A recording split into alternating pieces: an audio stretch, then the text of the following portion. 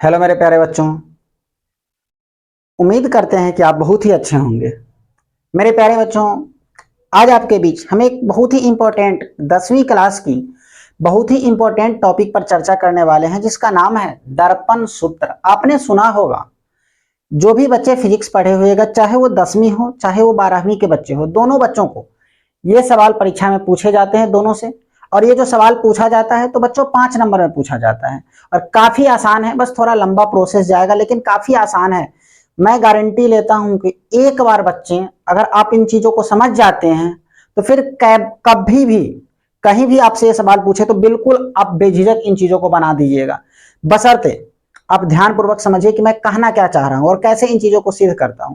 तो चलिए बच्चों, बिना समय को गवाए हुए हम चर्चा करते हैं कि आखिर कैसे परीक्षा में हमसे सवाल पूछता है। तो आपसे परीक्षा में पूछेगा कि अवतल दर्पण से सिद्ध करें कि 1/v प्लस 1/u बराबर 1/f होता है, यानी यह एक दर्पण हाँ, यानी इसको हम दर्पण सूत्र कहते हैं। तो आप अवतल दर्पण से बोला है दर्पण सूत्र को सीधे सत्यापित करने के लिए।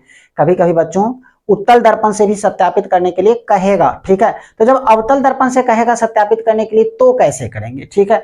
आज हम अवतल दर्पण पर ही चर्चा करेंगे कि आखिर अवतल दर्पण से चीजों को हम सत्यापित कैसे करते हैं, दर्पण सूत्र को सत्यापित कैसे करते हैं। तो चलिए, सबसे पहले बच्चों जब चर्चा हो अवतल दर्पण की, किसकी चर्चा हो, अवतल दर्पण की चर्चा हो, तो सबसे पहले हमारे पास क्या होना चाहिए, अवतल दर्पण होना चाहिए। तो मेरे प्यारे बच्चों आइए, आप तमाम बच्चों को पता है कि हमारा जो अवतल दर्पण होता है कैसा होता है। आप कहेगा सर जी ऐसा होता है। ये क्या है, ये है हमारा अवतल दर्पण। देखो थोड़ा साइड में बच्चों इसलिए बनाए हैं कि स्पेस हमें चाहिए, ठीक है। चलिए, ये हमारा अवतल दर्पण। आप नहीं सर, अभी अवतल दर्पण थोड़ी हुआ, जब तक आप इसको रंग नहीं दीजिएगा, कलर नहीं कर दीजिएगा, तब तक ये थोड़ी ना अवतल दर्पण कहलाएगा। तो लो, हमने इसको कलर कर दिया, ठीक है। कलर करने के बाद इसके मध्य में बीचों बीच में हम एक रेखा खींचते हैं, जिसको प्रधान अक्ष या मुख्य अक्ष भी कहा जाता है, जिसको हम प्रधान अक्ष या मुख्य अक्ष भी कहते हैं। बच्चों ये बिल्कुल सीधी रेखा होती है, देखने से टेढ़ी लग रही क्योंकि टेढ़ा खिंचा गया है। तो कोई बात नहीं बच्चों, हम इसको सीधा करने का कोशिश करते हैं, लेकिन मैं आपको कह दूं कि पूर्ण रूप से सीधा होने की संभावना नहीं है, क्योंकि बोर्ड पर बना रहे हैं तो पूर्ण रूप से सीधा तो नहीं होगा, लेकिन फिर भी मैंने थोड़ा सा प्रयास किया है और उम्मीद करते हैं कि देख लेते हैं कि सीधा बना कि पहले से भी ज्यादा टेढ़ा हो गया। चलिए बच्चों, नहीं हो पा रहा है, ठीक है, मार्कर से लिखते हैं तो थोड़ा बहुत मैनेज कर लेना, ठीक है। यानी यह एक क्या है, पूरी की पूरी सीधी रेखा होनी चाहिए। और ये जो सीधी रेखा है ना बच्चों, ये जो हमारी सीधी रेखा है, ये रेखा प्रधान अक्ष या मुख्य अक्ष, एक लास्ट बार मैं कोशिश करता हूं बच्चों, 1 मिनट, कहीं सीधा हो जाए तो ज्यादा बेहतर है, ठीक है।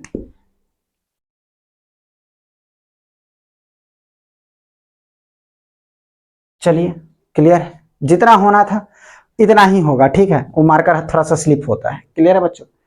तो अब हम बात करते हैं इस प्रधान अक्ष को। देखो क्या है, जहां पर जिस बिंदु पर दर्पण के जिस मध्य बिंदु पर इसको काटता है उसको हम लोग ध्रुव कहते हैं, और पी के द्वारा, ध्रुव को अंग्रेजी में पोल कहते हैं, और पी के द्वारा सूचित करते हैं, क्लियर है। तो हमारे पास दर्पण है, इस दर्पण पर क्या है, दर्पण के बीचों बीच में एक मध्य रेखा है, यानी प्रधान अक्ष है, उस पर एक बिंदु है जिसको मध्य बिंदु कहते हैं। अब बच्चों हम क्या करते हैं ना, यहां पर दर्पण के सामने किसी भी दूरी पर, अब हमको पता नहीं कौन सी दूरी है, लेकिन इतना पता है अनंत और वक्रता त्रिज्या के बीच में है, ठीक है। कहीं पर हमने एक वस्तु लिया और इस वस्तु से प्रकाश निकलती है, और ये निकलने वाली प्रकाश इस दर्पण पर जाएगा। हमको पता है कि यह एक अवतल दर्पण है और प्रकाश की किरण जाएगा तो टकराएगा और टकरा करके वापस लौटेगा। तो ये जो किरण गई है ना, ये किरण गई, टकराई और टकरा गया, टकराया और टकरा करके क्या हुआ, वापस लौट गया। हाँ, ये गया, टकराया और टकरा करके क्या हो गया बच्चों, वापस लौट गया। कोई दिक्कत, कोई दिक्कत नहीं। उसके बाद जहां से किरण लौटा है इसको हम लोग फोकस कहते हैं, इसको हम लोग क्या कहते हैं, दर्पण का फोकस कहते हैं, क्लियर है। देखिए, इस फोकस के आगे इस दर्पण का एक केंद्र होता है, जो गोलीय दर्पण का केंद्र होता है उससे हम लोग वक्रता केंद्र कहते हैं, ठीक है। और इसको आर के द्वारा सूचित करते हैं। तो जब यह किरण फोकस से आएगी तो यहां से भी एक किरण पास कराते हैं, और ये किरण जो है ना, ये दर्पण के किसी एक बिंदु यानी किसी एक सतह पर जाकर ये भी दर्पण पर मिला, और वहां से क्या हुआ, टकरा करके ये वापस लौट जाता है। ठीक है, तो देखिए बच्चों, ये जो सेकेंड वाला किरण है ना, जो सी से आया है, तो इसी से आता तो है, लेकिन आता है सी पर, तो लौट भी कहां से जाता है, सी से ही लौट जाता है। ठीक है, इस किरण को हमने देखा कि यहां से किरण आया है, टकराया है और लौट करके क्या हुआ है, चला गया है। कोई दिक्कत नहीं यहां तक। अब देखिए बच्चों, एक बात बताइए, सबसे पहले हमारे पास एक अवतल दर्पण है। इस अवतल दर्पण का हम कोई नाम मान लेते हैं। हम मान लेते हैं कि हमारा जो ये अवतल दर्पण है ना, यह एक एम और एम डैश दर्पण है। एक भाग एम है, दूसरा भाग क्या है, एम डैश है। इस पर हमने एक वस्तु रखा है, जिस वस्तु को ए बी मान लेते हैं। इसका जो इस नीचे वाले भाग को ए और ऊपर वाले को बी मान लेते हैं। यहां से एक प्रकाश पास हुआ, इस प्रकाश जो जिस बिंदु पर दर्पण पर टकराया उसको एन मान लिए कि चलिए सर एन बिंदु पर प्रकाश क्या हुआ है, टकराया है। टकराने के बाद आप यहाँ देखते हैं, यहाँ पर आकर के दोनों आपस में कट कर रहा है, यानी यहाँ पर क्या बना रहा है, प्रतिबिंब बना रहा है, यू बना रहा है। ठीक है, और इस प्रतिबिंब को हम चाहें अगर तो ए डैश और बी डैश लिख लेते, क्योंकि ए बी तो हम पहले ही लिख चुके थे। क्लियर है, इतना काम करना है, आई के अलावे कोई काम नहीं करना है, इसके अलावे कुछ भी नहीं करना है, बस इतना कर लिए हो गया। ठीक है, दो बातें आप जीवन में नहीं तो दो बातें आप याद रखिएगा। पहली बात, हम यहाँ पर ना एक छोटा सा डब्बा बनाएंगे प्यारा सा, और इस डब्बा में इन बातों को लिखेंगे। पहला बात देखिए, आप याद रखिएगा, अवतल दर्पण में ना यू जो होता है, यू भी और एफ, इसमें आपको बता दें यू हमेशा निगेटिव होगा, भी कभी पॉजिटिव और कभी निगेटिव भी हो सकता है, लेकिन एफ हमेशा क्या होगा बच्चों, हमेशा निगेटिव होगा। ठीक है, दूसरी बात, चलिए अब हम देखते हैं एक चीज। एक बात बताइए, दर्पण में ना पी से एफ की दूरी को हम क्या कहते हैं? तब कहेगा सर पी से एफ की दूरी को ना हम फोकस दूरी कहते हैं। बिल्कुल सही जवाब। आपसे हम पूछेंगे बताओ पी से सी की दूरी को क्या कहते हैं? तो आप कहेगा सर पी से सी की दूरी को वक्रता त्रिज्या कहते हैं, और ये ना फोकस का दुगुना होता है। तो हम अगर चाहें सर तो इसको 2f भी लिख सकते हैं, कोई गिला शिकवा कोई दिक्कत इसमें नहीं है, तो हमने लिख दिया। क्लियर है। उसके बाद बच्चों हम क्या करते हैं, एक चीज बताइए, आप गौर से देखे हुईएगा, ये जो है ना P से A की दूरी क्या होगी? तो कहिएगा सर वस्तु की दूरी है, क्योंकि A बिंदु पर आपने वस्तु रख दिया, और वस्तु की दूरी को हम U के द्वारा सूचित करते हैं, कोई दिक्कत नहीं।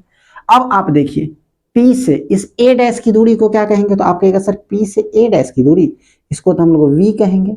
V का मतलब होता है प्रतिबिंब की दूरी। ठीक है, प्रतिबिंब की दूरी को बताता है। तो इन तमाम चीजों को हमने अब तक देखा। क्लियर है। चलिए अब इसके आगे इन्हीं सब चीजों पर हम अपना कार्यक्रम स्टार्ट करते हैं। ठीक है, रचना में हम इतना ही काम करेंगे, इसके अलावा कोई काम नहीं करेंगे। सबसे पहले देखिए, समझिए चीजों को, कह रहा है कि हमने किया क्या। तो पहले हमने माना, देखिए दिख रहा है क्या, सबसे पहले हमने माना है, तो लिखेंगे माना की। क्लियर है, क्या माने, एक दर्पण है, माना कि एक अवतल दर्पण एम डैश है तथा उसकी फोकस एफ कॉमा वक्रता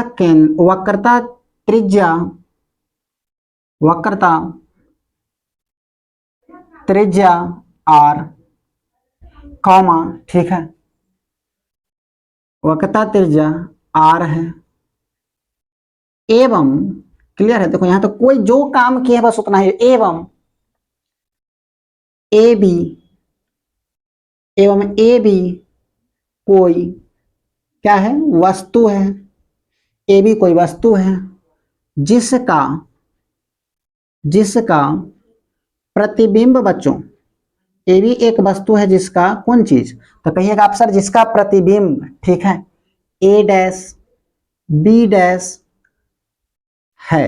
क्लियर है, बस इतना ही काम हुआ है, इसके अलावा कोई काम नहीं हुआ है। एन बिंदु पर आकर के मिला है, ये बात आपको लिखने का मन है तो लिखिए, और नहीं लिखने का मन है तो छोड़ दीजिए। इतना चीज लिखिएगा, यही काफी है। क्लियर है, इतना चीज लिखने के बाद अब देखिए क्या है, हमने गौर से इस चीज को जब ऑब्जर्व किया, इसको जब हम देख रहे हैं ना, तो देखने पर यह पता चलता है कि सर जी देखिए, एक आपने वस्तु लिया है, उसका एक प्रतिबिंब बना है, इस दोनों के बीच में एक संबंध निकल रहा है। वो संबंध क्या है, तो गौर से देखिए, ये जो वस्तु है ना, जिस तरह से खड़ा है लंबवत, उसी तरह से इसका प्रतिबिंब भी लंबवत बना है, बस उल्टा बन गया। ठीक है, और जब लंबवत है तो इसका एक कोण 90 डिग्री का होगा, और जब एक कोण 90 डिग्री का है, इसका भी और एक कोण इसका भी, मतलब एक चीज तो तय हो गया कि सर दोनों की ना एक एक कोण क्या है, बराबर है।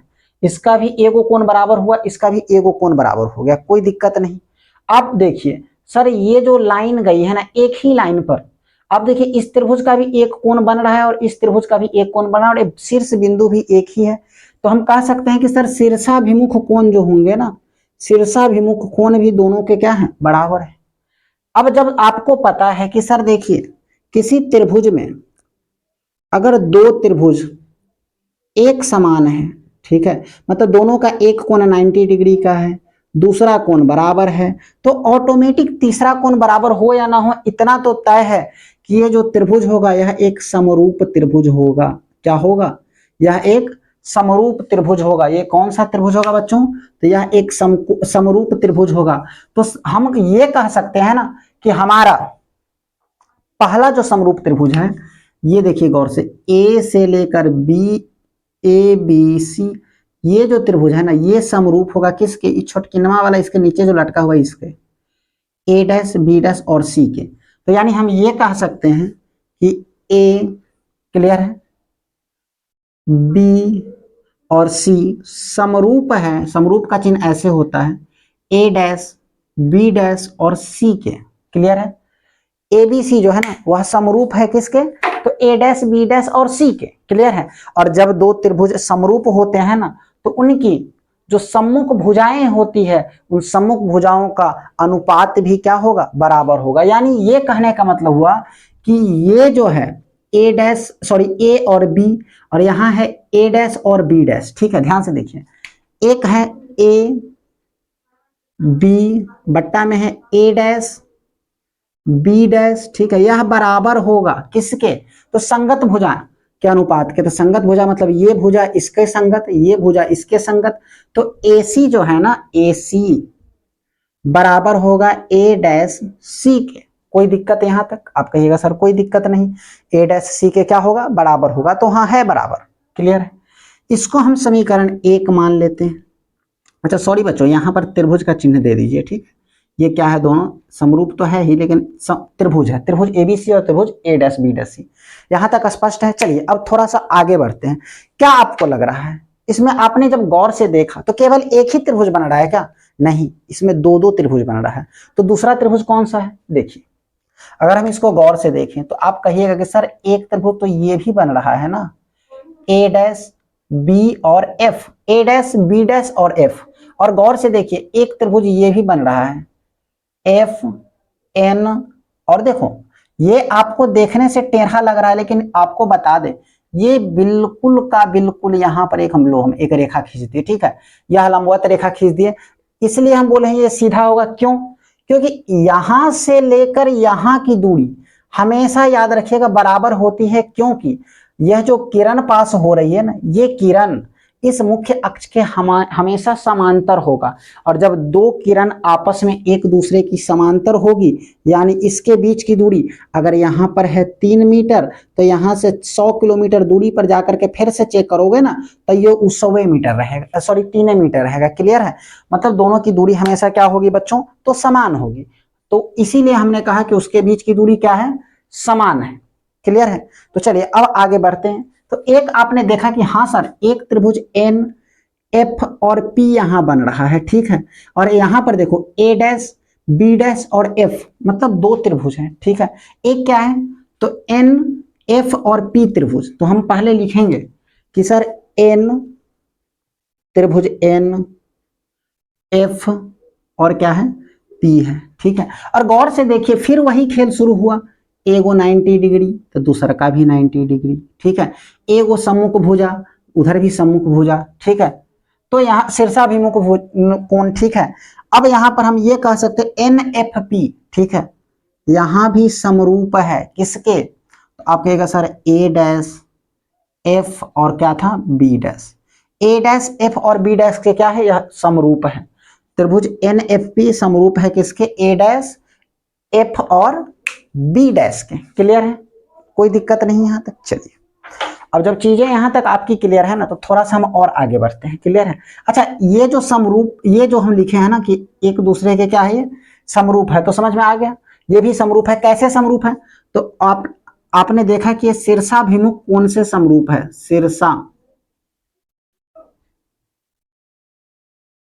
शीर्षाभिमुख कोण, भिमुख होगा, शीर्षाभिमुख कोण से क्या है, समरूप है। सेकेंड वाले कंडीशन में भी वही बातें हैं। अब चलिए, इसमें भी फिर वही खेल कि सर अनुपात दोनों का हमेशा क्या होगा, औसत, सॉरी हाँ, दोनों का अनुपात बराबर होगा। मतलब कहने का आप ये चाह रहे हैं कि जैसे यहां पर ए बी बट्टे ए डैश बी डैश था, उसी तरह से यहां पर एन बट्टे पी बराबर ए डैश बी डैश होगा। हाँ बिल्कुल होगा। एन बट्टे, सॉरी एन और पी बट्टे एनपी बट्टे क्या हो जाएगा, तो आप कहेगा सर ए डैश बी डैश हो जाएगा बराबर। कोई दिक्कत नहीं यहां तक, बिल्कुल नहीं। अब देखिए, P से लेकर F की दूरी यानी पी एफ बराबर किसके होगा, ए डैश एफ के। तो हम यहां लिखेंगे पी एफ बराबर किसके होगा, आप कहेगा सर ए डैश क्या था, ए डैश एफ के बराबर होगा। कोई दिक्कत है यहां तक, आप कहेगा सर कोई दिक्कत नहीं। अब हमको एक बात समझ में नहीं आ रहा है, हम आपको बार बार बताया जा रहे हैं कि ये जो दूरी है ना, जितना दूरी यहां पर होगा उतना ही यहां भी होगा, क्योंकि यह एक दूसरे के समांतर है। एक समान दूरी पर होगा तभी तो वो एक दूसरे को कभी नहीं काटेगा रेलगाड़ी के पटरी की तरह। नहीं तो अगर ऐसे तिरछा थोड़ा भी रहा तो जाते जाते जाते जाते कट कर देगा। ठीक है, तो जितना दूरी यहां था उतना ही यहां है, उतना ही यहां है, उतना ही तो ये भी तो उतना ही होगा। यानी ए बी की जो दूरी है इतनी ही दूरी एन से पी की भी होगी। हमको पता है कि ए बी की जो दूरी है, ए बी बराबर होगा किसके, एन से, एन और पी के। ए बी बराबर होगा एन और पी के। क्यों बराबर होगा, समांतर के कारण। क्या है, क्योंकि दोनों एक दूसरे के क्या है, समांतर है। तो हम लिखेंगे समांतर रेखा या समांतर किरण होने के कारण, समांतर किरण होने के कारण बच्चों ये क्या होगा, बराबर होगा। ठीक है, अब चलिए आगे हम बढ़ते हैं थोड़ा सा और। अब हमने यहां पर एक चीज गौर किया कि जब NP बराबर है AB के, तो हम क्यों NP लिखने जाए, हम सीधा AB लिख देते हैं। तो मतलब हम इसमें चाहें तो AB, NP के जगह पर AB बट्टा में A डैश B डैश बराबर PF बट्टा में A डैश F लिख सकते हैं कि नहीं लिख सकते, आप हाँ सर बिल्कुल लिख सकते हैं। क्यों नहीं लिखाएगा, आराम से लिख सकते हैं। तो हमने लिख दिया आराम से। ठीक है, अब जब हमने ये चीजें लिखा तो आप गौर से इस चीज को देखो, इधर वाल, अच्छा एक बात कर, ऐसा करो, इसको समीकरण 2 मान लो। ठीक है, अब आप गौर से इस चीज को देखिएगा ना बच्चों, तो आपको ऐसा महसूस होगा कि सर इधर का LHS और इधर का LHS यानी कि दोनों का बायां तरफ क्या है, एक दूसरे के बराबर है। और जब दोनों का बायां एक दूसरे के बराबर है तो दायां ऑटोमेटिक बराबर हो जाएगा। जब बायां बराबर है तो दायां क्या होगा, ऑटोमेटिक बराबर हो जाएगा। तो ठीक है, तो हम समीकरण 1 और 2 को लेते हैं। क्या करते हैं, समीकरण 1 और 2 से यहां लिखेंगे बच्चों समीकरण 1 एंड 2 से। ठीक है, अब समीकरण 1 और 2 से क्या पता चला कि ये LHS बराबर है तो RHS भी दोनों का क्या होगा, बराबर। यानी मतलब तो ये हुआ कि AC बट्टे A डैश C बराबर होगा PF बट्टे A डैश F के। कोई दिक्कत, कोई दिक्कत नहीं, इतना बराबर होगा। अब एक बात बताइए, ठीक है, अब हम आपसे एक बात पूछते हैं कि आपको क्या लग रहा है, ये जो AC दिए है ना, AC बट्टे A डैश C, PF बट्टे A डैश F, यहां तक कोई दिक्कत नहीं होनी चाहिए। अब जो हम लिखे हैं AC, गौर से अपने दर्पण को देखेंगे, इसमें AC है क्या, यहां देखो A से C है। तो पूछ रहे AC का मान कैसे पता चलेगा, तो हमें AC निकालने के लिए अगर कभी भी कहे ना, तो हम क्या करने वाले हैं, देखो AC इतना निकालना है, तो इतना में से, इस पूरा में से अगर हम इतना को घटा देंगे तो इतना नहीं निकलेगा। मतलब एक लंबी रेखा है आपके सामने जिसकी लेंथ है 10 मीटर, अगर इसमें से हम इस 7 मीटर रेखा को घटा देंगे तो छोटका जो 3 मीटर बचा वो तो निकल ही गया। ठीक है, तो पता चलेगा कि नहीं चलेगा, आप कहिएगा जी सर बिल्कुल चलेगा। तो चलिए हम आगे की ओर बढ़ते हैं फिर से। अब देखिए कितनी बढ़िया बात कहा, कह रहे AC बट्टे है A डैश C, तो हम चाहें तो AC के जगह पर, अपने AC के जगह पर हम पूरा घटाव इतना नहीं लिख सकते हैं, यानी मतलब मेरा कहने का बच्चों ये हो गया कि हम यहाँ पर अगर चाहें तो हम ऐसा लिख सकते हैं क्या, पी ए, ठीक है देखो पी ए, पी से, अच्छा सॉरी हाँ, पी से लेकर ए की दूरी यानी पी ए माइनस पी से लेकर सी की दूरी मतलब पी सी, और बट्टा में गौर से देखो ए डैश सी है, बट्टा में है ए डैश सी, तो आप कहेगा सर पी से लेकर सी की दूरी में से घटा दीजिए पी से लेकर ए डैश की दूरी, तो ठीक है पी से लेकर सी की दूरी माइनस पी से लेकर ए डैश की दूरी घटा दिए।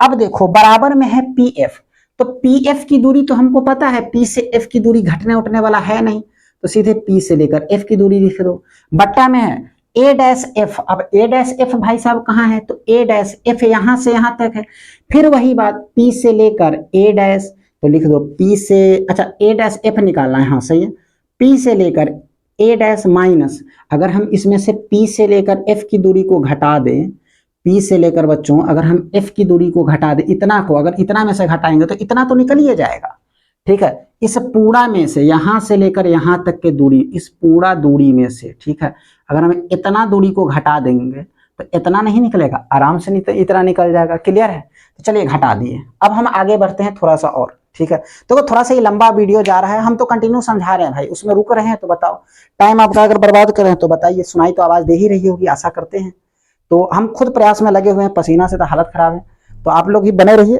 ठीक है। वैसे थोड़ा सा समय लग रहा है लेकिन क्या करोगे, 5 नंबर वैसे ही थोड़ी मिलेगा, ठीक है। चलिए आगे बढ़ते हैं, टॉप वैसे ही करोगे अब की बार 450 पार में। अब देखिए गौर से एक बात बताइए, पी से ए आया, पी से ए बराबर है यू, अब बात है अवतल दर्पण का, तो प्लस में होगा कि माइनस में, आप कहेगा सर माइनस में। पी से सी की दूरी देखो, कहीं पी से सी की दूरी आर है, अब आप कहेगा सर आर जो लिखने जाइएगा सो एफ के रूप में लिखिए ना, आर लेकर के हम क्या करेंगे, दर्पण सूत्र में कहीं पर आर है क्या, नहीं है, तो डायरेक्ट हम 2f लिख देते हैं, और 2f प्लस में कि माइनस में, आप कहेगा सर अवतल दर्पण है माइनस में होगा, बट्टे पी से सी की दूरी, पी से सी की दूरी यानी 2f माइनस में होगा, ठीक है, फिर माइनस पी से ए डैश, पी से ए डैश वी है, वी भी कौन चीज में होगा, माइनस से में होगा, बराबर पी से एफ की दूरी, ये तो सीधा एफ होगा लेकिन माइनस में होगा, क्योंकि पी से एफ की दूरी को हम लोग फोकस दूरी कहते हैं, ठीक है, बट्टा में पी से ए की दूरी, ए डैश, तो पी से ए डैश क्या हो जाएगा, आप कहेगा सर वी होगा, तो वी लिख दीजिए, लेकिन माइनस में होगा, ठीक है, फिर है बीच में माइनस पी से एफ की दूरी यानी एफ ए होगा, और एफ होगा कौन चीज में, तो माइनस में होगा, कोई दिक्कत यहाँ तक, कोई दिक्कत नहीं, क्लियर है जी, क्लियर है। अब चलिए ई माइनस यू है तो लिखेंगे minus you, I minus minus हो गया प्लस, तब प्लस 2f का 2f, ठीक है, बट्टा में देखो माइनस 2f तो माइनस 2f लिख दिए, माइनस माइनस प्लस हो गया, भी का भी लिख दिए, ऊपर में माइनस f का माइनस f लिख दिए, बट्टा में माइनस u माइनस v का माइनस v लिख दिए, ठीक है। अब गौर से देखिएगा, माइनस माइनस फिर से प्लस f का f लिख दिए, कोई दिक्कत यहाँ तक नहीं होना चाहिए, जरूरत पड़ेगा भाई मेरे तो उधर का हम मिटा देंगे, ठीक है, अभी वैसे आवश्यकता नहीं लग रही है, ठीक। अब चलिए क्रॉस मल्टीप्लीकेशन तो आता है, कोन्हे कान्हे गुना करिए, ठीक है। सबसे पहले मेरे भाई हम इससे इसमें गुना करते हैं, तो जब हम इससे इसमें गुना करते हैं तो क्या आता है, देखिए v से आप u में गुना करिएगा, माइनस माइनस प्लस, तो यहाँ हो जाएगा u v, ठीक है, फिर इसी से इसमें गुना होगा तो ये प्लस का चिन्ह है तो प्लस का चिन्ह दीजिए, अब प्लस माइनस माइनस होता है तो माइनस, दो है तो दो लिखिए, अब भी है तो भी लिखिए, एफ है तो एफ लिखिए, कोई दिक्कत, ई प्लस वाला चिन्ह दे दीजिए, अब एफ से दोनों में गुना कर दीजिए तो माइनस यू और इंटू एफ हो गया, फिर इस एफ से इसमें गुना करिए, अच्छा बीच में प्लस का चिन्ह है, प्लस का चिन्ह दे दीजिए, ये हो गया आपका 2 कौन चीज एफ है और एफ है तो 2f का स्क्वायर, बिल्कुल यहाँ तक कोई दिक्कत नहीं होनी चाहिए, गुना में देखो 2f का स्क्वायर, कोई दिक्कत है बिल्कुल नहीं है।